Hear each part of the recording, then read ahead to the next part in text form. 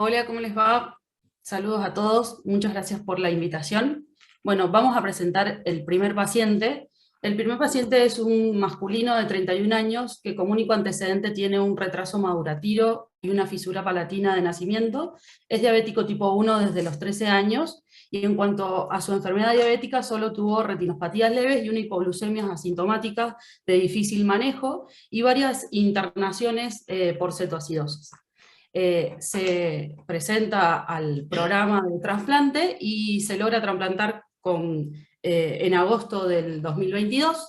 En cuanto a los datos del operativo, es un crossman negativo, dato importante era un CMV de alto riesgo, el donante era positivo, el receptor era negativo, el tiempo de isquemia fluida fueron de 8 horas, un tiempo de isquemia caliente de 40 minutos, la inducción se hizo con timoglobulina y esteroides, y el postoperatorio no tuvo ningún tipo de intercurrencia, se fue tempranamente de alta, y la inmunosupresión que se usó fue los inhibidores calcineurínicos, micofenonato y esteroides. Hasta el séptimo mes de posttrasplante no hubo ninguna intercurrencia, todos los controles venían en piloto, con buenos controles de las enzimas, hasta que el séptimo mes hace un pico enzimático, en donde al sexto mes se había hecho un cambio de Valixa a ciclovir, y en el control siguiente hace una mínima reactivación de CMV con 890 copias, y en ese contexto también un dosaje de FK bajo, por lo cual el equipo decide ajustar la inmunosupresión, agregar nuevamente valganciclovir y hacer controles semanales.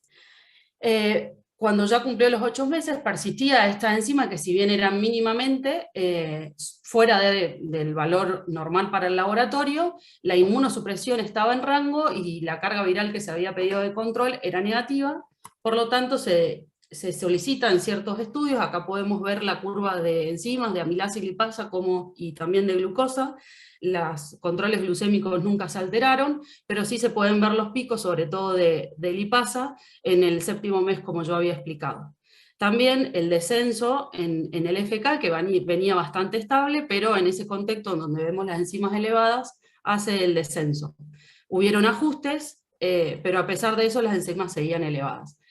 También en el equipo está el servicio de diabetes en conjunto con nosotros, se le pidieron los ICA y los anti-GAT y péptido C, que ahí tenemos los valores, como para tener una idea global de la funcionalidad del injerto, y en decisión se decide hacer la biopsia percutánea.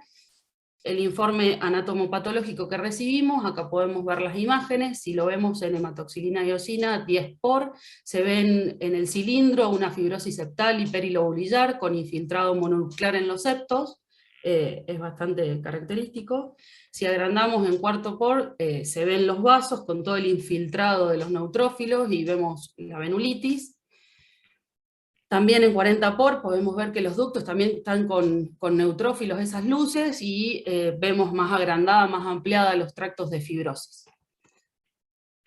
El CD4 dio negativo, así que el resultado diagnóstico fue un rechazo agudo, celular moderado, grado 2, con un rechazo crónico leve, con una fibrosis en menos del 30% del cilindro y CD4 negativo. La conducta que tomamos fue internarlo, hacerle pulsos de esteroides.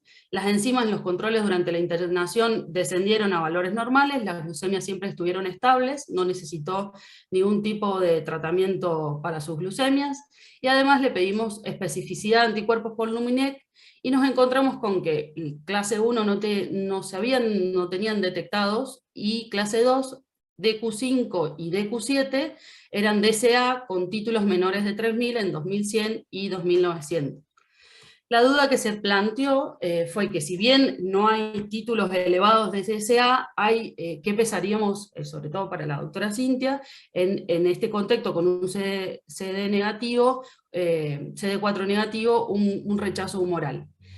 El paciente en los controles persistió a pesar de esto del alta. Durante la internación venían los controles bien, pero al alta los controles de enzima volvieron a elevar a casi 400 las enzimas.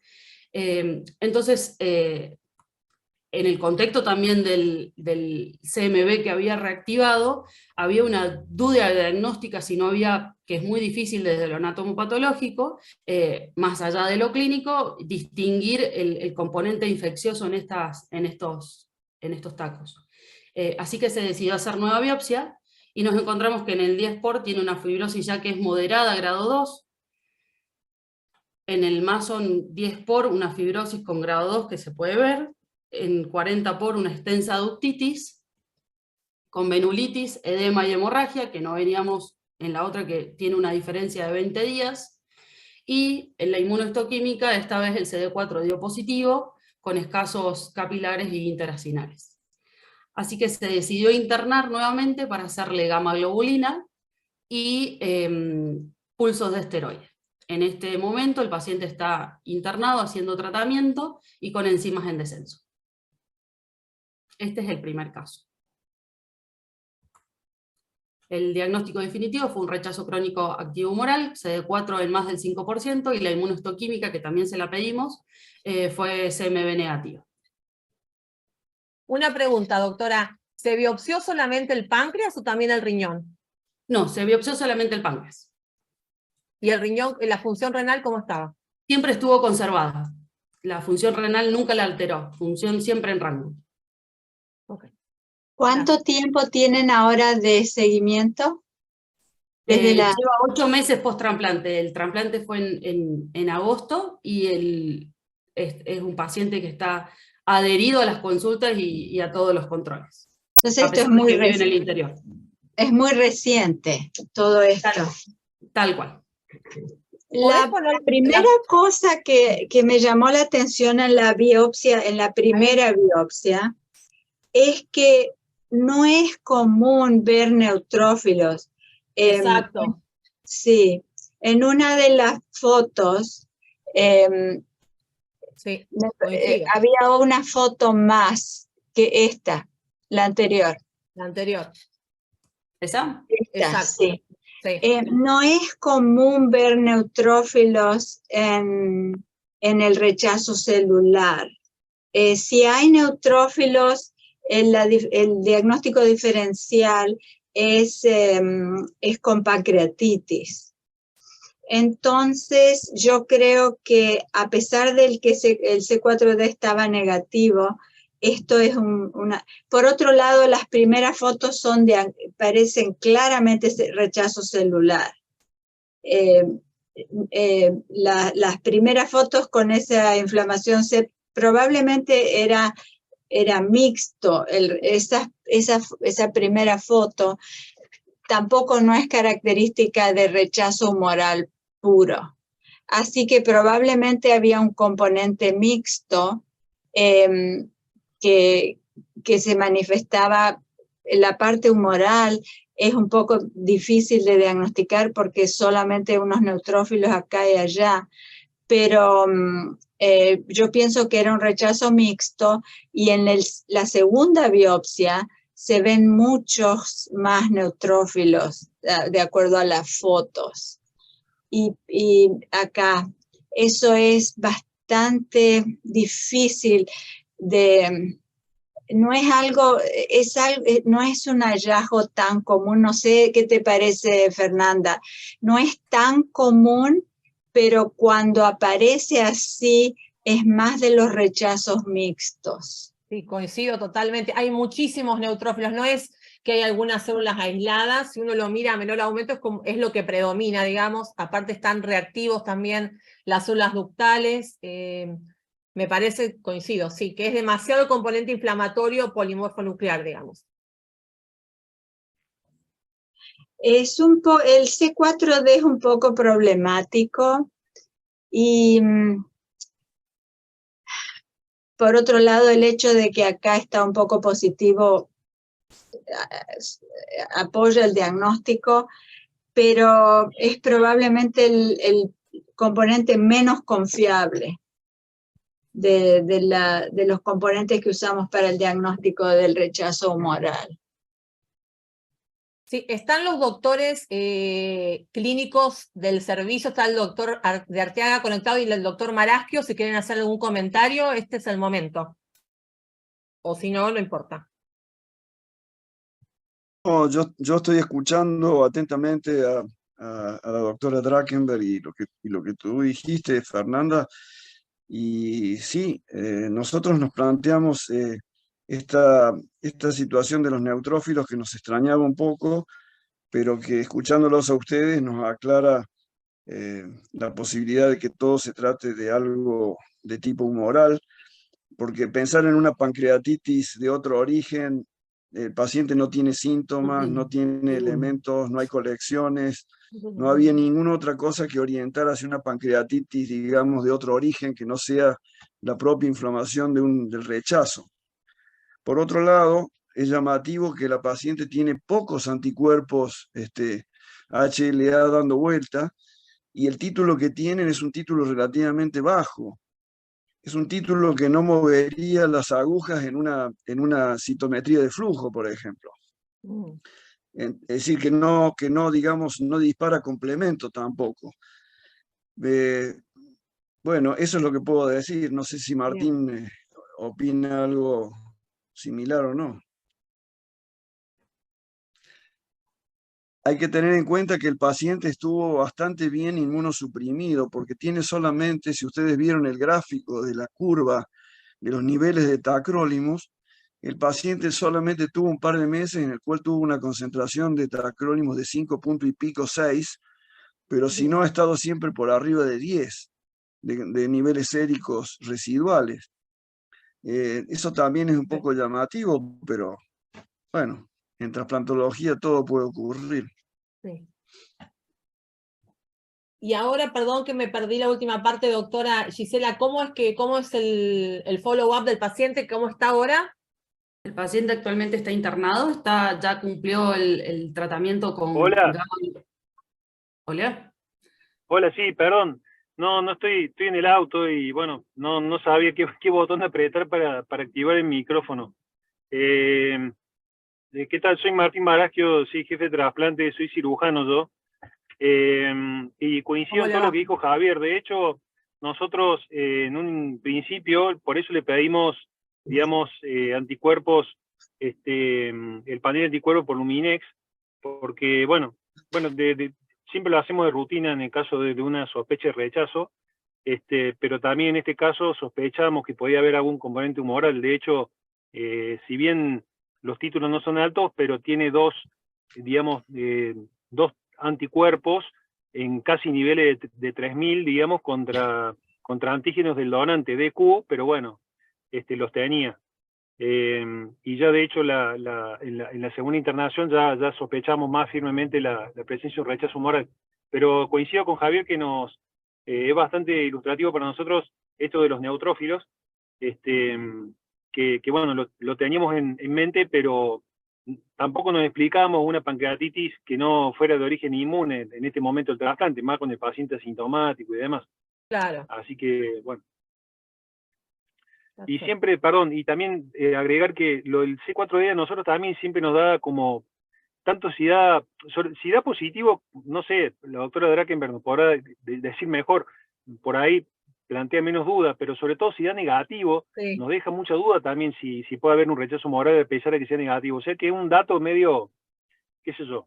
Es un no poco sé, por ahí ambiguo, el valor predictivo positivo es más importante que el negativo, por ahí, no sé. Gracias, doctor. Yo, Fernanda, le quería preguntar a la doctora Draken si hay ya algunos estudios de seguimientos del terreno páncreas con CELDIE, DNA o genes, donde generalmente en el riñón se diagnostica bastante muy bien el rechazo humoral porque siempre los niveles son muy altos. No sé si hay algo en renopáncreas al respecto. No sé si me escuchó, Cintia. El C4D no es realmente un estudio bueno. Hace poquito estuve hablando con los de Wisconsin, con Odorico, y dice que no están tomando en cuenta el C4D prácticamente nunca. Están usando el DSA y la biopsia más que el C4D porque lo encuentran que no es muy confiable. Yo creo que eso nos está pasando a todos. Cuando es positivo es fantástico, cuando no es problemático. No, yo capaz que no había escuchado o me expliqué mal. En renopáncreas, ahora mucho seguimiento en rechazo renal con Cil-Free DNA o el componente genético. ¿Hay algo en renopáncreas sobre este? Sí, sí, la parte, los estudios preliminares muestran que es un patrón similar al riñón. La única cosa que es lo que se ha notado es que los primeros 3 meses está siempre elevado, pero después de los primeros 3 meses se llega a un nivel comparable al riñón. No, porque realmente en renal, cuando el porcentaje es muy alto, es marca ya de que sea un rechazo humoral. Entonces, capaz que en este caso, si estaba alto, ¿no? Podía uno ir por la parte de rechazo humoral. Sí. Muchas gracias. Fernanda, una preguntita también, ¿puede ser? ¿O ya estamos Sí, fuera? Pablo, adelante. Yo quería preguntarles a los, bueno, felicitar a la doctora por el caso y preguntarle a Martín y al doctor Arteaga por el tratamiento con esteroides. En este caso que tenía un rechazo, bueno, dudoso la parte humoral, pero sí tenía un rechazo moderado. ¿Siempre tratan con esteroides como primera línea, independientemente del grado? O en este caso. Y la segunda pregunta, consideración es que en este caso que es mixto ahora, ¿no le tratarían también la parte celular, además de la inmunoglobulina y la plasmaféresis? No sé, ¿querés contestar vos, Martín? Si no, voy yo primero. Anda vos, Javier. A la primera pregunta, Pablo, sí, lo primero que disparamos es con esteroides, eso no tenemos duda y no nos tiembla demasiado el pulso si el paciente no tiene ninguna infección dando vuelta o alguna sospecha de proceso infeccioso o de sobreinmunosupresión. Lo segundo es el componente mixto, nos planteó a nosotros la persistencia de rechazo, si bien estamos todavía en un tiempo relativamente corto del trasplante, estamos dentro del primer año, nos planteó ese rechazo, digamos, persistente. Aparte de hacerle gamma globulina, nos planteamos de hacer una solución antitimocítica, que es lo que el paciente recibió en la inducción. Pero quisimos ir primero por tratar primero la parte humoral y ver qué resultaba de ello antes de proceder a lo otro. Así que sí, hicimos esteroides e hicimos gamma globulina, priorizando la parte humoral en este caso, y dejamos la parte celular con su segunda instancia, que sería el uso de timoglobulina o de antitimocítica, según lo que hayas usado en inducción, para un segundo paso, de acuerdo a la evolución de la enferma. Sí, Féresis no nos hemos planteado todavía. Claro. Yo lo que quería agregar, que bueno, coincidir en todo con Javier, que habitualmente, a pesar de que ya había una segunda biopsia con un rechazo moderado, habitualmente vamos por los corticoides, sobre todo en este caso que ya teníamos más probado rechazo humoral, siempre pensando en que tratando las dos cosas a la vez, por ahí nos evitamos hacerle timo, con la posibilidad de que responda mejor, digamos, a la gamma globulina. Plasmaféresis habitualmente nosotros no hacemos en los rechazos humorales, y la timoglobulina, el problema que tenemos también es que en la Argentina no tenemos ATG, tenemos solamente timo en este momento. Entonces, se supone que una segunda dosis de timoglobulina también no está tan claro, digamos, cuán efectiva sería, ¿no? Y bueno, tiene riesgo de enfermedad de suero el paciente y demás, ¿no? Porque estamos hablando de anticuerpo de conejo. En cuyo caso, bueno, nos planteamos, no somos tan así liberales para dar timoglobulina por segunda vez, y menos en el primer año del trasplante. Pero si la cuestión persistiera, obviamente que nos vamos a tener que plantear de hacerlo. Recuerdo que el paciente todavía está en tratamiento ahora, o sea, está internado todavía. Claro. Bueno, gracias a los doctores por contarnos qué pasó, el follow-up del paciente. Lamentablemente, yo sé que los doctores de Córdoba tenían 2 casos presentados, preparados, pero como empezamos tarde, vamos a tener que dejar el segundo caso para otra oportunidad. No sé si Cintia, usted quiere redondear o hacer algún comentario o pasamos al siguiente hospital. Sí, a pasar al siguiente para ver más. Dale. Bueno, entonces ahora, gracias, doctora López. Muy interesante, muy linda las fotos. Me gustó mucho el caso. Gracias. Muchísimas gracias a todos. Hola a todos, ¿qué tal? ¿Cómo están? Bueno, muchas gracias por la invitación. Un honor compartir este panel con la doctora Drakenberg. Bueno, traje un caso que realmente no es muy complejo para presentar, pero que tiene como muchas aristas disparadoras de muchos temas que pueden generar discusión o debate y que está bueno para mostrar cómo se fue planteando. Les cuento el caso, es un paciente masculino de 38 años que en el año 2008 debuta con un síndrome nefrótico y le diagnostican por biopsia una glomerulopatía membranosa. Tenía antecedentes de hipertensión y dislipemia. En ese momento se empieza a hacer todo un escaneo para poder tratar de determinar si esa glomerulopatía era secundaria. No se encuentra absolutamente nada, no hay evidencia de causa secundaria. Como dato importante, tenía en sus antecedentes familiares a su padre, también con diagnóstico de glomerulopatía membranosa, diagnosticado por biopsia, que actualmente también está trasplantado. Bueno, y el paciente recibe múltiples esquemas terapéuticos con ciclofosfamida, corticoides, micofenolato, rituximab y tacrolimus, pero nunca logra la remisión completa, evoluciona con persistencia de la proteinuria y deterioro progresivo de la función renal.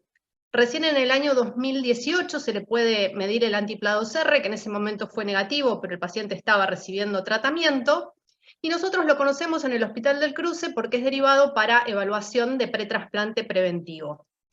Se presenta con su hermano, que iba a ser el donante, se estudia al hermano, el hermano estaba en buenas condiciones para ser donante, no tenía proteinuria, su TA y su función renales eran normales, se le pidió un anti-PLA2R por los antecedentes familiares que tenía este paciente. Nosotros en el hospital lo hacemos por el test de inmunofluorescencia y fue negativo, y se realiza el trasplante el 29 de noviembre del año pasado. El paciente tenía un filtrado glomerular de 12, una proteinuria de 7 gramos y una albúmina de 2,8. Se midió un anti-PLA2R antes de trasplantarlo y ahí fue la primera vez que tenemos un PLA2R positivo, pero como les decía antes, lo hacemos por inmunofluorescencia y es cualitativo, con lo cual no teníamos los niveles como para saber cuánto de anti-PLA2R tenía. La tensión arterial estaba bien, luego del trasplante evoluciona con buen ritmo diurético y se va de alta con 1,18 de creatinina. En el hospital nosotros hacemos la biopsia de tiempo cero, que nos sirve como un parámetro para comparar con las biopsias posteriores, para saber cómo está el parénquima de ese órgano que se está trasplantando, y en este caso, al ser un donante vivo, no había tenido ni siquiera mucho tiempo de isquemia fría, así que ni siquiera tenía injuria tubular aguda, los glomérulos estaban bien, no tenía atrofia tubular ni fibrosis, y los vasos ninguna particularidad para destacar. Fíjense que el 12 de diciembre, el 12 de diciembre el paciente ya tenía una proteinuria de 700 miligramos, había mejorado la albúmina y tenía una creatinina de 1,2. En febrero la proteinuria seguía bajando a 300 miligramos, acá el paciente se pone hipertenso, recibe medicación para su hipertensión y la creatinina estaba alrededor de 1,4. Y en marzo hacemos nosotros en el hospital, a los 3 meses, la biopsia de protocolo. Cuando hicimos esta biopsia, la proteinuria era de 200 miligramos, la TA estaba controlada, la creatinina seguía peri 1,4, el sedimento era normal y las serologías virales eran negativas. ¿Por qué hacemos esta biopsia de protocolo? Bueno, porque justamente nos permite evidenciar patología antes de que se manifieste clínicamente. Entonces esto mejora el pronóstico en el órgano, ya que permite la intervención temprana. ¿Qué podemos encontrar en estas biopsias de protocolo? Podemos encontrar rechazos subclínicos, celulares o humorales, podemos encontrar presencia de infecciones, toxicidad por anticalcineurínicos, o la recidiva o recurrencia de glomerulopatías o inclusive glomerulopatías de novo. Esta es nuestra casuística de las biopsias de protocolo que presentamos el año pasado en el Congreso de Trasplante. Teníamos 103 biopsias y fíjense que si bien la mayoría eran normales, 58 eran normales, encontramos rechazos humorales, rechazos celulares, encontramos infecciones virales por BK, toxicidad por anticalcineurínicos y recurrencia de enfermedades glomerulares en 3 casos. Y algo que a veces también encontramos puede ser pielonefritis, que son clínicamente silentes y sin embargo en las biopsias de protocolo aparecen. Y esto nos demuestra que casi en nuestra casuística, al menos en 21% de los casos, los pacientes tuvieron un cambio en el tratamiento que estaban recibiendo.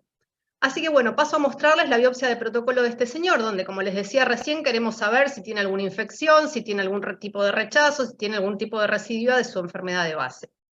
Con esta técnica de PAS en un panorámico pueden ver que el túbulo intersticio está impecable, todos los túbulos están pegaditos unos con otros, no se ve ningún tipo de infiltrado intersticial y los glomérulos estaban todos permeables. Si miramos un poquito de mayor aumento, fíjense de vuelta la histoarquitectura de los glomérulos conservada, se ve inclusive algunos capilares peritubulares un poco dilatados, pero que no muestran ningún tipo de celularidad en su interior, tampoco en los capilares glomerulares. Si miramos con las diferentes técnicas especiales, los detalles del glomérulo, fíjense que las paredes capilares están absolutamente delgadas, no existe ningún tipo de hipercelularidad o de proliferación, y con la técnica de metenamina plata no se veía absolutamente ninguna alteración. Las paredes capilares estaban delgadas, casi transparentes. Así que con estos resultados de la microscopía óptica, todos contentos, no había ninguna alteración renal significativa, no teníamos rechazo, no tenía lesión tubulointersticial crónica. Nosotros la inmunofluorescencia en las biopsias de protocolo o de trasplante las hacemos, o cuando el paciente tiene diagnóstico de glomerulopatía, donde sospechamos una recidiva, o cuando tiene una enfermedad renal terminal de causa desconocida. Si es una neuropatía, una poliquistosis, probablemente no hacemos inmunofluorescencia directa en estas biopsias. Pero esta, como tenía el antecedente de la glomerulopatía membranosa, hicimos inmunofluorescencia. Y ahí vino la sorpresa, que no la esperábamos desde la óptica, que la inmunofluorescencia demostró depósitos granulares muy intensos de IgG, solamente de IgG, y las cadenas livianas kappa y lambda eran las dos positivas, lo cual nos demuestra que es una glomerulopatía policlonal. Yo teníamos algún tipo de clave en la biopsia, en la microscopía óptica, porque le pedimos C4D para descartar un rechazo humoral, y fíjense que el C4D en la glomerulopatía membranosa marca con el mismo patrón granular en todas las paredes capilares, igual que en la inmunofluorescencia. Y esto era lo primero que quería descartar, la importancia de hacer inmunofluorescencia en todas las biopsias y que el C4D puede ser una herramienta diagnóstica para la glomerulopatía membranosa cuando, por ejemplo, no tenemos material para inmunofluorescencia y esto se puede hacer desde el taco de parafina. También le pedimos IgG4, que marcó exactamente con el mismo patrón, un poquitito más intenso, y sabemos que el IgG4 suele presentarse con mayor frecuencia en las glomerulopatías primarias, así que en este caso era coincidente con lo que veníamos pensando de la glomerulopatía de este señor. Entonces cambia absolutamente el diagnóstico de un parénquima renal absolutamente normal a la presencia de una recidiva de una glomerulopatía membranosa. Y el estadio lo pongo con signos de pregunta porque estamos acostumbrados a dividir los estadios de la glomerulopatía membranosa y el estadio 1 es donde las paredes capilares todavía no muestran alteraciones por más que tengan los depósitos a nivel subepitelial. Sin embargo, en el año 2012 el grupo de patólogos de la Clínica Mayo describen un grupo de recidivas de glomerulopatía membranosa tempranas donde la microscopía óptica es normal, la inmunofluorescencia muestra los depósitos granulares difusos, pero en la microscopía electrónica todavía no se evidencian los depósitos electrondensos en la vertiente subepitelial. Nosotros en este caso no le hicimos microscopía electrónica, así que no podemos saber si es un estadio 0 o un estadio 1, pero probablemente por las características clínicas e histológicas se trate de este estadio 0, donde todavía no hay manifestaciones de proteinuria ni alteraciones en la microscopía óptica, pero lo podemos demostrar solamente con la inmunofluorescencia. Bueno, y hasta ahí el caso que después vamos a dejarle lugar a la doctora para discutir, pero yo quiero aprovechar su presencia para mostrarle otras lesiones que aparecieron en esta biopsia, que son muy llamativas y que realmente no tengo claridad de qué se trata, por eso le puse la chapa, es lo que vino de premio en esta biopsia. Si ustedes se fijan, las 3 fotos de arriba son técnicas de hematoxilina eosina, donde vemos los glomérulos, que como describimos antes eran normales, pero cerca de estos glomérulos aparecen estas lesiones nodulares, que tienen casi el mismo tamaño de los glomérulos. Cuando yo primero lo vi, pensé que se trataba de glomérulos esclerosados o trombosados, pero llamaba la atención que el túbulo intersticio que lo circundaba estaba perfecto. Cuando vamos a las técnicas especiales, vemos que en realidad no son glomérulos, sino que se trata de una proliferación de células, que si miran acá mayor aumento, tienen un citoplasma vacuolado, y lo que tenía de característico es que muchas de estas lesiones nodulares que aparecen bastante a lo largo eran 2 cilindros la biopsia, a lo largo de los 2 cilindros, en algún punto se veía como tenían algún tipo de relación con las estructuras vasculares. Entonces a mí empecé a pensar que esto podría tratarse de algún tipo de hiperplasia de la capa muscular de las arteriolas, y para eso le pedí actina muscular lisa, una marcación por inmunohistoquímica que pone de manifiesto la naturaleza de estas lesiones. Y fíjense que tenemos como testigo interno la marcación de la capa muscular de todas las arteriolas, y estas lesiones nodulares fueron positivas con actina muscular lisa, lo que nos certifica que se trata justamente de una hiperplasia de células musculares. Así que bueno, lo primero que hice fue ir a revisar la biopsia de tiempo cero, a ver si es que me había pasado por alto y esto venía de su hermano.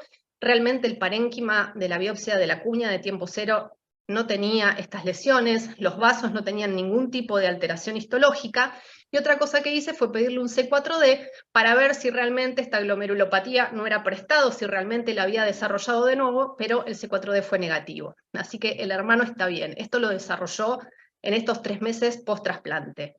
Realmente empecé a mandar este caso en consulta a todos los patólogos que conozco, nadie me pudo decir exactamente de qué se puede tratar, qué evolución o qué pronóstico tiene. Sí está descrito la hiperplasia del aparato yuxtaglomerular en situaciones de producción crónica de renina, que en algunos síndromes, o sea, está manifiesto, pero por una alteración de este sistema, pero pueden existir algunas situaciones de isquemia renal crónica, o inclusive lo encontré descrito, algunas drogas como los IECA, inclusive los inhibidores anticalcineurínicos, que lo que hacen es estimular las células productoras de renina y generar una hipertrofia arteriolar. No sé si se trata de esto, y realmente tampoco sé cuál es el significado clínico de estas lesiones intersticiales vasculares de este paciente.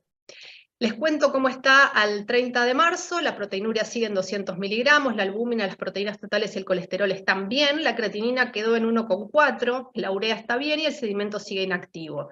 Se le repitió la anti-PLA2R después del trasplante y ahora vino negativo, que probablemente asumimos que sea por el tratamiento inmunosupresor que está recibiendo.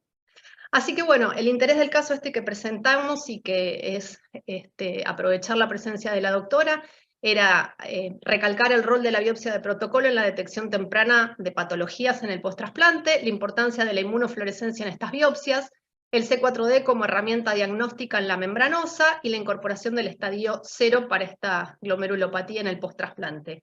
Y bueno, y ver si alguna vez la doctora ha podido ver estas lesiones o si tiene alguna idea de cómo podemos continuar.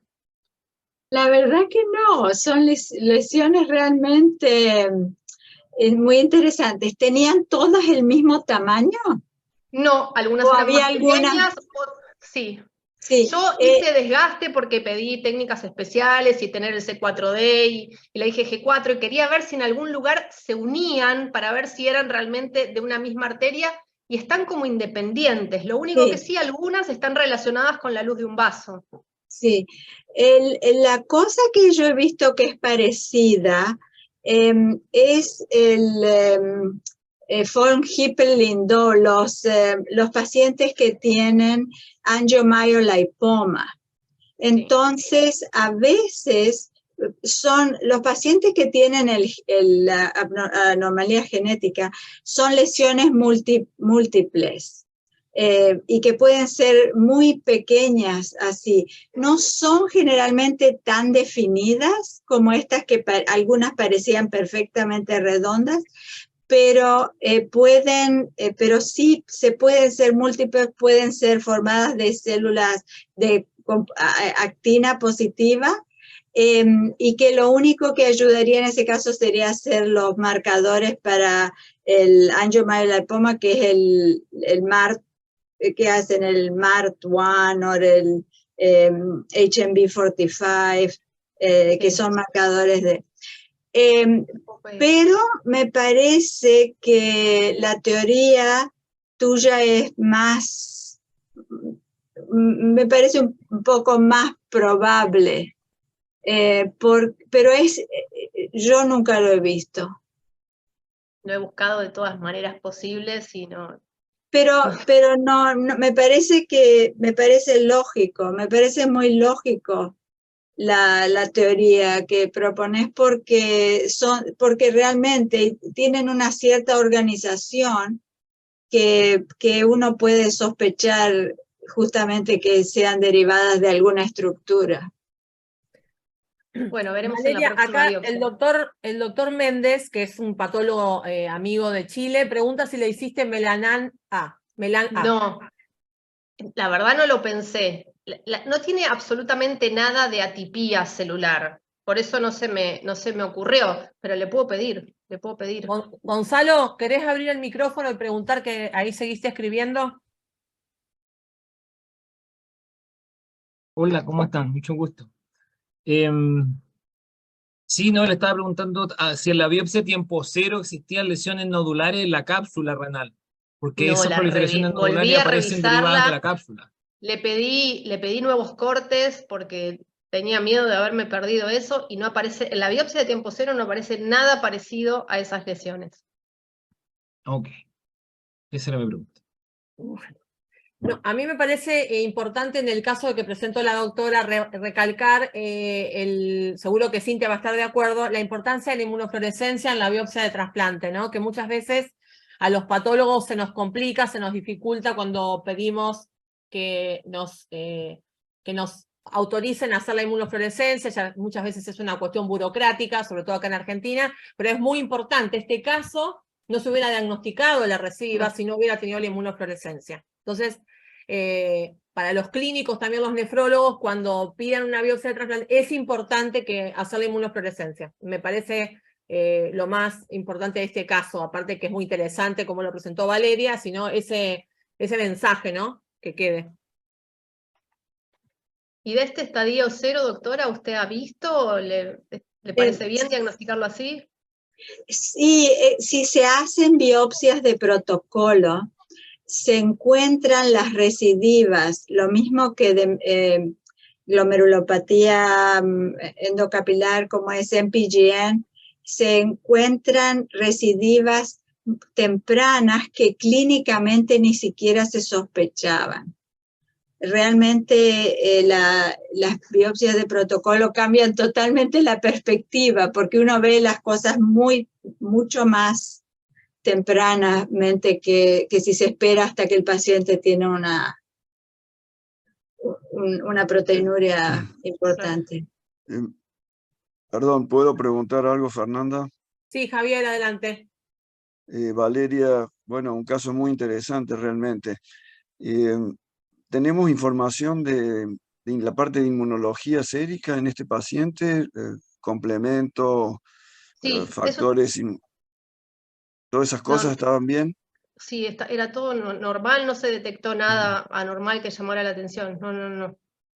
Lo único vino el PLA2R cuando se estudió para hacer el trasplante preventivo, que también eso era algo que por ahí daba para debate, no lo teníamos cuantificado, como para decir, bueno, ¿hay niveles de anti-PLA2R que contraindicarían el trasplante en este paciente? Bueno, Creo pero que... después te bajó, es decir, no lo tuviste ¿Sí? cuantitativo, lo tuviste cualitativo, pero después desapareció. Sí. Sí, lo loco también es esa disociación, que el anti-PLA2R negativizó y sin embargo tenemos los depósitos en la inmunofluorescencia que están mostrando que la enfermedad está recidivando, cuando muchas veces en las primarias a veces está descrito que primero sube el anti-PLA2R y después el paciente... Lo que pasa que por ahí, la otra vez hablaba que por ahí encuentran pacientes que que todavía no positivizaron el antiplados R y ya tienen la glomerulopatía. Lo que pasa es que lo raro es a quién vas a biopsiar si todavía no está clínicamente manifiesto. Acá es porque uno lo hace de protocolo. En algún momento pensé, cuando mostraste esas imágenes, esos mamelones grandes realmente Sí, que sí, llaman la brainstorming, atención, está todo bienvenido. si había, pero no había células allí. Pensé en la patología IgG4, que lo mencionaste como en un determinado momento, que sabemos que se acompaña de Sí, sí, se nefritis asocia a membranosa membranosa. también, Sí, pero sí, no pero tiene no son células eso, infiltrados. no tiene O sea, células sí, son adentro. células musculares, por eso Claro, marcan con la claro, actina muscular lisa. claro. Por eso no te pregunté de la IgG4, porque no había células ahí. Sí, aparte le hicimos igual el IgG4 y marcaba solamente en los capilares glomerulares. En el intersticio no. O sea, en estas lesiones no marcaba. Claro. Muy interesante. Valeria, por ahí lo dijiste, pero no sé si lo presté atención. La causa de la enfermedad de base era una membranosa Primaria. A ver, primaria, asumida que como primaria porque nunca en se, el 2000... se trató y no respondió, o sea, fue la causa de insuficiencia renal de él. Okay. Sí, sí, sí. Y su papá también tiene una membranosa y ahora está también trasplantado. Bueno, gracias Valeria. Doctora, no sé si usted quiere hacer algún comentario, ¿hay alguna pregunta? No, muy interesante. Bueno, muchas gracias. Gracias Valeria y gracias a todo el hospital, al equipo de trasplante del Hospital del Cruce, que sé que están conectados, la doctora Di Pietro Antonio y todo el equipo, gracias, como siempre, por aceptar las invitaciones. Vamos a pasar al tercer caso, que está a cargo del doctor Pablo Uva. Hola, bueno, buenas tardes a todos. Vamos a hacer lo más breve posible presentando dos pequeños casitos. Quiero agradecer a la Fundación Tercer Milenio por esta invitación. Bueno, a ver. Bueno, entonces es un paciente de sexo masculino de 42 años, con antecedentes de diabetes tipo 2 desde los 20 años, con insuficiencia renal en diálisis desde los 40 años, un BMI de 23 y presencia de anticuerpos anti-HLA positivos de clase 1 y de clase 2. Se realizó un trasplante de renopancreático en el 2014 de un donante ideal, con citometría de flujo negativa, derivación entérica y una inmunosupresión de mantenimiento con tacrolimus, micofenolato y esteroides. Como complicación perioperatoria tuvo una fístula urinaria, donde realizamos un reimplante ureteral, y como siempre hacemos nosotros, cuando reoperamos un paciente hacemos biopsia de protocolo. Los injertos, en este caso no tenía disfunción pancreática ni renal, aunque sí tenía un descenso lento de la creatinina, pero no requirió diálisis. Lo que encontramos en las biopsias de protocolo fue un rechazo humoral de riñón y páncreas, que recibió tratamiento con plasmaféresis y bortezomib en ese momento, y no tuvo más complicaciones, hasta que 30 meses después del trasplante empezó a presentar episodios de hipoglucemias sintomáticas. El paciente se medía la glucemia menor a 60 en varias oportunidades con síntomas.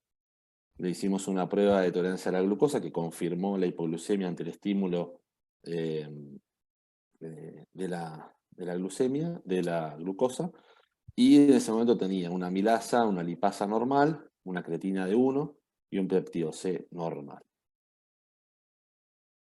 Le hicimos una biopsia de ambos injertos, nuestra técnica que utilizamos era la laparoscopía, y el hallazgo fue, y ahora le voy a dar la palabra para la descripción a la doctora Toniolo, un rechazo celular moderado.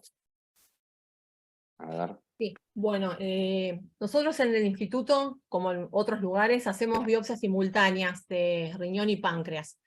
En este caso tenemos solamente imágenes del páncreas porque el riñón estaba preservado. El paciente tenía una distorsión, como ven acá, de la arquitectura habitual del páncreas. Se ve en este aumento, es una coloración hematoxilina-eosina, pero un aumento panorámico. Ya se ve que hay una pequeña distorsión de la arquitectura con infiltrado inflamatorio que no es frecuente de verse en este sector perivenular y en algunos sectores cercanos a los septos fibrosos, que es donde en general vamos a buscar el rechazo celular. Cuando tenemos un parénquima, una biopsia de páncreas preservada, siempre vamos a los septos fibrosos, que cuando es un rechazo leve, es ahí donde se produce la alteración, donde encontramos el infiltrado inflamatorio, y cuando se trata de un rechazo un poco más extenso, puede ubicarse afectando a las vénulas o a los ductos. Acá en esta foto tenemos un mayor aumento de un infiltrado inflamatorio, básicamente acá hay un plasmocito, linfocitario a nivel de los septos. La próxima, Pablo. La próxima, ¿hay otra? Y en este caso, mayor aumento, tenemos hematoxilina y eosina también, con presencia de infiltrado crónico, linfoplasmocitario, y algunos polimorfonucleares. Hay un poco de edema rodeando la estructura venular, pero bueno, el compromiso de estas estructuras nos llevó a hacer el diagnóstico de rechazo celular moderado o rechazo tipo 2 de páncreas. Bueno, muy bien. Nosotros hicimos tratamiento con pulso de solumerol y timoglobulina. Iniciamos en este paciente Belatacept, que es nuestro protocolo de los pacientes que tienen rechazo humoral. Quedó con 4 drogas. Y comenzamos con screening de DSA, que hasta el momento de hoy siguen negativos. El paciente al día de la fecha presenta buena función de ambos injertos y las hipoglucemias se mejoraron a poco del tratamiento antirrechazo. Hasta acá, si quieren hacer alguna consulta, alguna pregunta.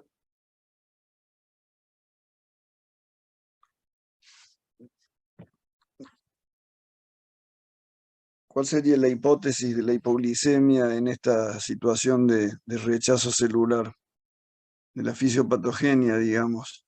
Claro. Y la mejoría con la terapia, más allá de que la corticoterapia le puede haber mejorado los niveles de glicemia, ¿no? Pero ¿cuál sería, digamos, la La fisiopatogenia? hipoglucemia, digamos que es una disfunción del islote. Nosotros en general estamos acostumbrados a verla en el perioperatorio, cuando uno reperfunde, en general tenemos hipoglucemia. Eso es una disfunción parecida a cuando uno reperfunde un riñón y tiene poliuria. Es decir, que el paciente tiene, digamos, diuresis sin estímulo, y en este caso tiene secreción de insulina, vuelvo a poner la cámara, sin estímulo. Entonces, en realidad es una disfunción del islote, y esa disfunción, en este caso, pensamos estaba marcada por tener un rechazo. No es que mejoró por los corticoides, sino el tratamiento antirrechazo que fue efectivo porque el paciente tenía un rechazo importante, un rechazo celular moderado. Fernanda, ¿había algún islote en la biopsia? Ahí estaba muteado, perdón. Sí, había 2 islotes, había pocos, pero no tenían ninguna lesión, solamente había leve infiltrado peri-islote.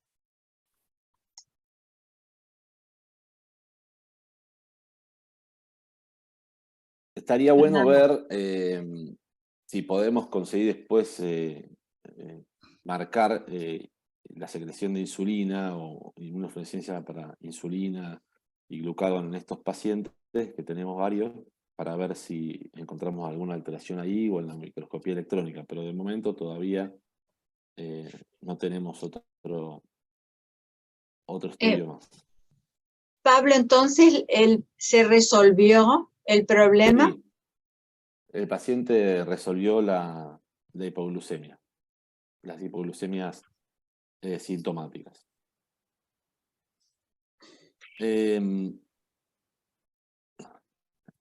Y para confundirles un poco más, les muestro ahora otro paciente de 29 años, también con antecedentes de diabetes de gaso tipo 1, con 16 meses de hemodiálisis y sin, en este caso, anticuerpos anti-HLA. El paciente se trasplantó en marzo de 2020 con un donante ideal, con los match negativos, derivación entérica y una inmunosupresión de mantenimiento con tacrolimus, micofenolato y esteroides. Al tercer mes posoperatorio, este paciente desarrolló también episodios de hipoglucemias sintomáticas. También fue confirmado por una prueba de tolerancia oral a la glucosa y función de injerto con amilasa, lipasa y creatinina normales. Entonces también se le realizó biopsia de injertos, que ahora le vuelvo a ceder la palabra a... Bueno, gracias, Pablo. Contrariamente a la biopsia anterior, este era un parénquima mucho más respetado, ¿no? La biopsia era muy buena, menor aumento. Uno podía ver acá en este cilindro con hematoxilina y eosina, casi no tenía alteraciones, no había casi fibrosis, solamente había un poco de fibrosis acá en este sector que estoy marcando, pero era normal. O sea que, bueno, uno decía, bueno, ¿de qué se trata esto? Donde no veo ya muchas alteraciones en este aumento, pero siempre vamos increyendo los patólogos. Acá, con respecto al aumento, acá vemos en esta imagen a la derecha, que hay ya bastantes islotes, por suerte, no tan escasa la muestra a nivel islotes como el paciente anterior. Y repito que no hay ninguna alteración que nos haga pensar en rechazo, ni infiltrado inflamatorio a nivel de los septos están limpios, perfectamente limpios, y tampoco ninguna lesión intersticial que nos haga pensar en capilaritis, no hay hemorragia, no hay edema, no hay infiltrado inflamatorio rico en polimorfo para pensar en una pancreatitis, pero a nivel de los islotes, la próxima, encontramos una lesión bastante característica, que es la lesión de las células. Fíjense la vacuolización celular que hay en estos islotes, casi el citoplasma está vacío de las células, no tiene, sí se ve el límite de las células, que lo estoy marcando acá, no sé si se llega a ver, los núcleos centrales, pero los citoplasmas bien claros, y esto es característico de una toxicidad por anticalcineurínicos, descartando otras causas secundarias, como puede ser amiloidosis, que hizo el rojo Congo y fue negativo, y recidiva de diabetes, etcétera. Un poco por descarte se hace este diagnóstico y llegamos a la conclusión de que se trató de hallazgos compatibles. Siempre le ponemos, porque esto no es una entidad, un hallazgo patognomónico, pero sí son hallazgos compatibles con toxicidad por anticalcineurínico.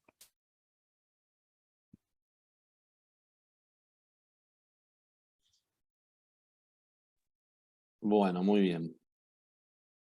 Este paciente, lo que pudimos hacer es disminuir la dosis de tacrolimus y los síntomas fueron disminuyendo en los siguientes meses. Por varios meses el paciente no tenía síntomas, pero cada tanto hacía algún episodio mucho más leve y tuvo una biopsia de control el año pasado que fue normal.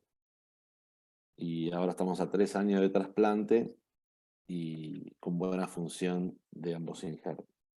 Y un poco para mostrarle que esto en realidad nos pasó 7 veces, y en realidad el primer caso fue un caso que el paciente tenía hipoglucemia, lo estábamos estudiando, como uno estudia una hipoglucemia en un paciente, digamos, no trasplantado, buscándole un insulinoma, haciendo el estudio de resonancia magnética y queriéndose dosar insulina, etc. Y el paciente en esos episodios de hipoglucemia, con tanto tiempo que nos estábamos demorando en hacer este diagnóstico, que llevó como casi un mes, empezó a hacer hiperglucemia.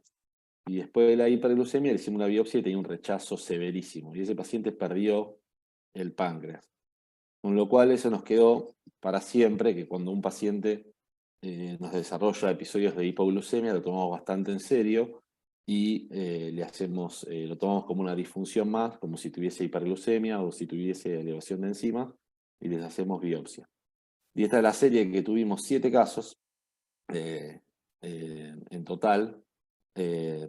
Fíjense que los laboratorios todos eran lipasa, amilasa normales, los niveles de tacrolimus estaban acordes a su momento de los trasplantes, algunos estaba más elevado. Fíjense el tiempo del trasplante a la hipoglucemia, fue desde 3 meses, un caso que presentamos recién, hasta 70 meses, 86 meses.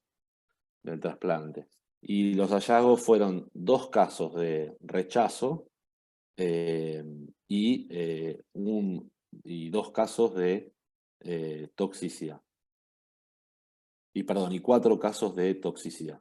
Y fíjense que la biopsia renal, que es la que está en la segunda columna, en algunos casos coincidió, como el caso del rechazo, o uno de los casos de toxicidad, pero en los demás casos de toxicidad no coincidió, no nos hubiese alcanzado la biopsia renal. Y bueno, el primer caso perdió el injerto por ese rechazo humoral. El resto de los pacientes, como ven ahí, no tuvieron rechazos posteriores ni pérdida de los injertos.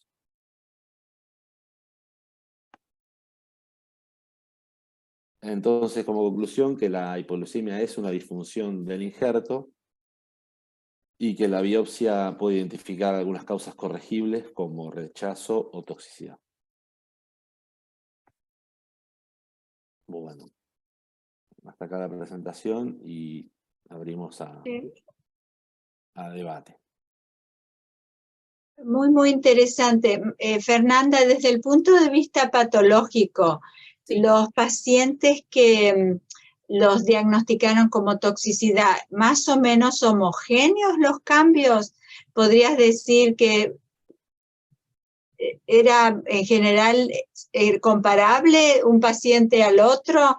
Esta vacuolización de los islotes, ¿era fácil de diagnosticar? No sé si entendés lo que te pregunto. Sí, le entiendo. Sí, eran homogéneos y era bastante fácil de diagnosticar, como la foto que mostré. Era una lesión, digamos, muy notoria. Cuando uno ya lo miraba a menor aumento, se veía que están los islotes con ese color que no era el habitual. Sí. Y en los pacientes que le diagnosticaron la disfunción por rechazo, los islotes eran, ¿te acordás si también estaban vacuolizados o eran normales? En esos pacientes no veíamos tanta lesión como por como por toxicidad, no. Era más prevalente, digamos, la lesión inflamatoria. Por eso es como que no encontramos mucho la...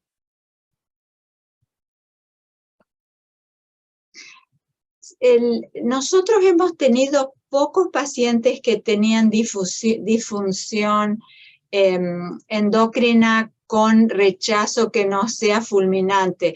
Cuando tienen rechazo severo, entonces sí, anormalidades de la glucemia, pero hemos tenido alguno que otro caso que tienen un rechazo leve y sin embargo tienen una disfunción endocrina que al tratarse el rechazo se mejora, que coincide con lo que estás presentando, Pablo.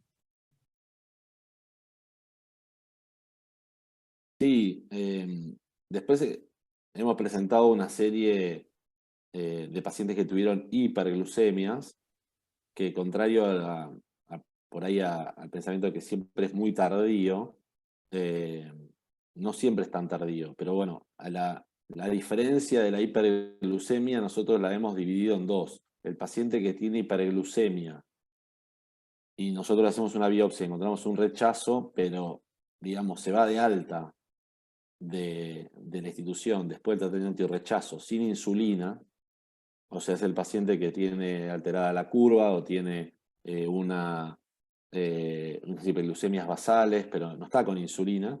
Ese paciente tiene, digamos, una supervivencia en injerto muy alta a mediano plazo. En cambio, el paciente que se va con insulina, es decir, el paciente que se va de la institución después de los pulsos y todo el tratamiento de rechazo con insulina, esos pacientes hay un porcentaje que recupera, digamos, la insulinodependencia, independencia, y puede llegar semanas o algunos meses, pero esos pacientes tienen la mitad de supervivencia del injerto que aquellos pacientes que se fueron de alta sin insulina.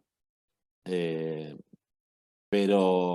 el factor, digamos, más importante no es ese, sino el tipo de rechazo. Los rechazos humorales son los que tienen digamos, mayor probabilidad de recidiva y de pérdida del injerto.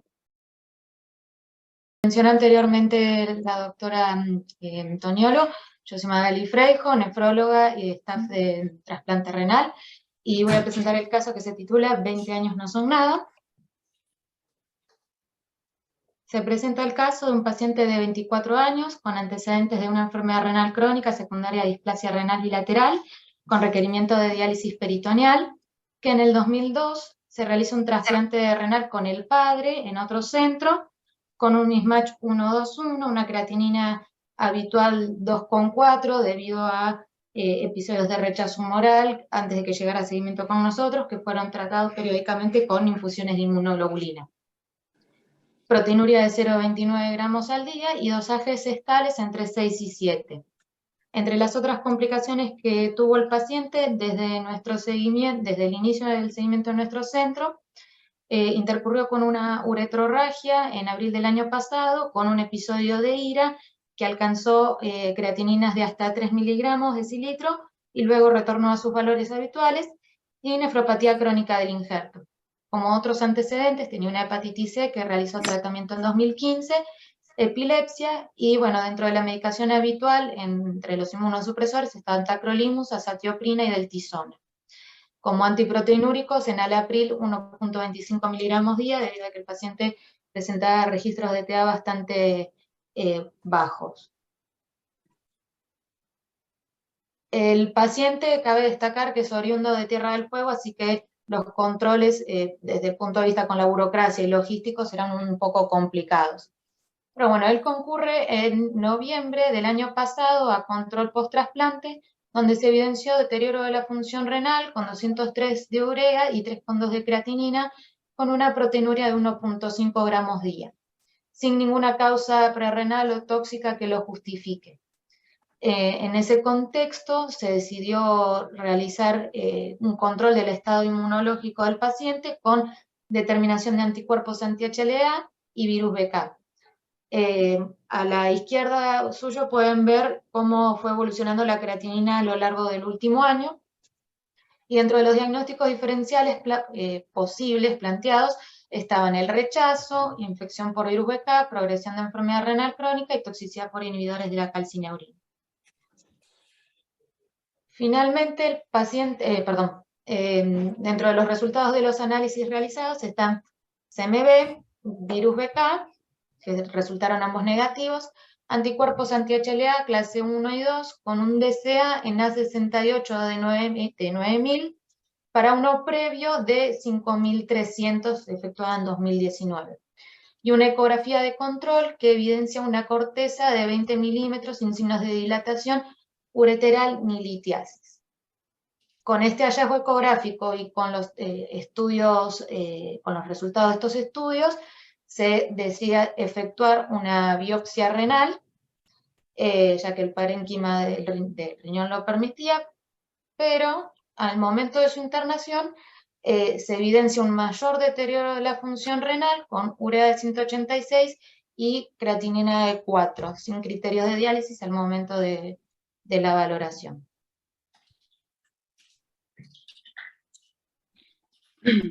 Bueno, con respecto a la biopsia renal, recibimos en el laboratorio una muestra muy generosa en glomérulos, y que, por otro lado, era el compartimiento más afectado dentro del parénquima renal. Si ustedes pueden ver, les estoy mostrando fotos cercanas de distintas unidades glomerulares con distintos hallazgos. El primer glomérulo a la izquierda está más hipercelular, con a nivel de hora 3 a 6 más o menos, infiltrados inflamatorios que corresponden a glomerulitis. Con respecto al a la segunda foto, que es semejante a un campo como los dos inferiores, ustedes podrán observar que las luces capilares están dilatadas, son microaneurismas. Si pueden cliquear la foto, por favor, se van a agrandar. Aparte de los microaneurismas, vamos a encontrar, como en la inferior izquierda, trombos fibrinoides y mucha activación de los endotelios. El campo inferior derecho muestra signos de un glomérulo que, si ustedes lo ven, es más hipocelular, y que cambiemos por favor a las próximas. Como pueden ver ustedes en las dos primeras fotos, no solamente que son hipocelulares, sino que muestran signos de mesangiolisis, donde ha desaparecido prácticamente el mesangio. En la segunda foto se ve el trombo con mayor aumento, y se ve las células epiteliales hipertróficas. El tercer glomérulo, a la derecha superior, ya empieza a tener evidencias de fibrosis, con fibrosis excéntrica de la cápsula de Bowman, no necesariamente del penacho en sí mismo. Y después seguimos viendo que las paredes capilares no están tan delgadas como deberían ocurrir. Yo creo que la doctora Magalilla mencionó que el paciente había tenido episodios anteriores de rechazo humoral. En la foto del medio inferior vemos que en una técnica de tricrómico de Masson, capilares glomerulares pletóricos de Matías, que por otro lado eran anormales, eran esquitocitos. Ustedes pueden ver más o menos en hora 4 un hematíe prácticamente triangular.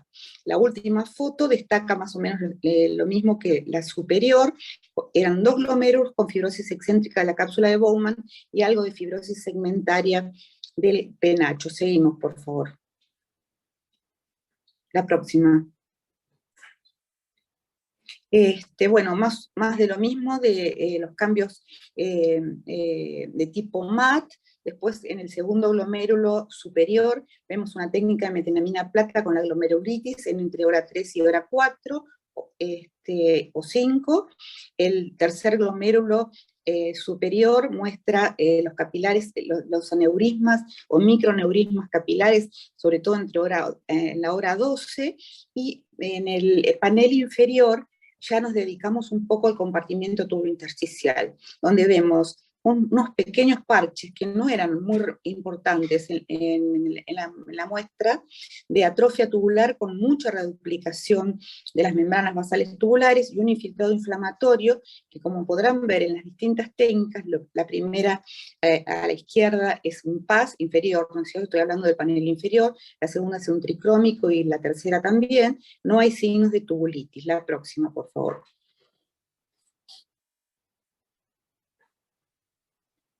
Bueno, acá vemos el infiltrado en la primera foto superior. Ya empezamos a ver el daño vascular que tienen las arterias, que es un segundito, ya termino. No es un daño de hipertensión arterial, como se puede ver más que nada en la foto inferior izquierda, o en la del medio inferior. Lo que sí podemos ver en la última inferior derecha es la dilatación de los capilares intertubulares. Pero fíjense, en realidad acá se alteró el orden de las diapositivas, pero nosotros en la foto superior derecha podemos ver una marcación con C4D, donde están intensamente marcados los glomérulos, que por otro lado es una forma de ser el testigo endógeno de la marcación, y podemos ver que, no sé si se puede ampliar la foto, pero sería lo ideal. Ustedes ven la ausencia de los infiltrados, o la representatividad de los infiltrados intersticiales, los capilares peritubulares dilatados, sin pericapilaritis, pero intensamente positivos para C4D. No sé si queda otra foto más. No, ya las próximas. Perfecto, entonces sigue mi colega. A la doctora Toñolo, que fue la que hizo, y nosotros le agradecemos la microscopía electrónica. No, por favor. Un placer para mí. Acá vemos una biopsia, una foto, un aumento mediano de microscopía electrónica. Para los que no están acostumbrados a ver, acá estos son los capilares glomerulares. Esto que vemos acá es un podocito. Y acá tenemos un capilar, otro y otro. Estos capilares tienen alteración ultraestructural bastante llamativa. Esta es la cápsula de Bowman que vemos acá, y ya a esta altura lo que nosotros podemos decir es que tenemos podocitos hipertrofiados, pero sobre todo una alteración en la barrera de filtración glomerular a nivel de la membrana basal. La próxima, por favor. Para ver a mayor aumento este daño que habíamos visto en imagen panorámica, ustedes piensen que el endotelio, que la célula endotelial que tiene que estar ubicada en este sector, está acá abajo. Todo este aumento, este material que aparece ahí en el espacio subendotelial es patológico y forma parte de un doble contorno, que puede tener distinta antigüedad, pero a veces lo vemos como una doble membrana un poco más rígida, acá lo vemos como un espacio, como un aumento de un espacio un poco electrolúcido, con interposición de material. Lo mismo acá en este sector, y acá ya es un poco más grande. Esto habla que hay un daño endotelial, como dijo la doctora recién, que ya era muy visible en la microscopía óptica, y en la microscopía electrónica se constata que hay dobles contornos y que esto se puede tratar uniendo todas las distintas facetas del paciente de un rechazo humoral crónico. No sé al final cómo siguió la historia del paciente, doctora. Magalí. Bueno, continuando con el caso clínico, obviamente se interpretó el cuadro como una MAC secundario al rechazo, por lo que se inició tratamiento con plasmaféresis. El paciente culminó con 5 sesiones, infusión de inmunoglobulina 400 miligramos kilo por 5 días, y el esquema inmunosupresor que se agregó al esquema habitual del paciente, Belatacept 5 miligramos kilo, en el contexto del rechazo y que el paciente estaba presentando durante la internación glucemias alteradas en ayunas, interpretándose que podría haber también cierto grado de toxicidad del tacrolimus por estas alteraciones, por el uso prolongado del inhibidor de la calcineurina. El paciente respondió muy bien al tratamiento, no tuvo ninguna complicación, y desde el momento que se inició la plasmaféresis se evidenció descenso de los valores tanto de urea como creatinina, llegando a 2,9 de creatinina y 127 de urea.